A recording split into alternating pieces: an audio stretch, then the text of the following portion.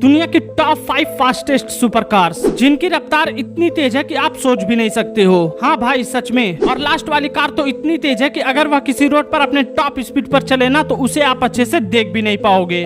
Video में आगे बढ़ने से पहले अगर आप भी मेरी तरह एक कार और बाइक लवर हो तो वीडियो को लाइक करके चैनल को सब्सक्राइब जरूर करना। नंबर 5 पर आती है हेनेंसी वेनम F5, जिसकी टॉप स्पीड है 485 kilometre per hour. Next number 4 पर आती है Bugatti Chiron super sport 300 plus, जिसकी टॉप स्पीड है 490 kilometre per hour. Next number 3 पर आती है बुगाटी बोलाइट, टॉप स्पीड है 500 kilometre per hour. Next number 2 पर आती है कोनिग्सेक जेस्को एब्सोल्यूट, टॉप स्पीड है 563 किलोमीटर पर आवर।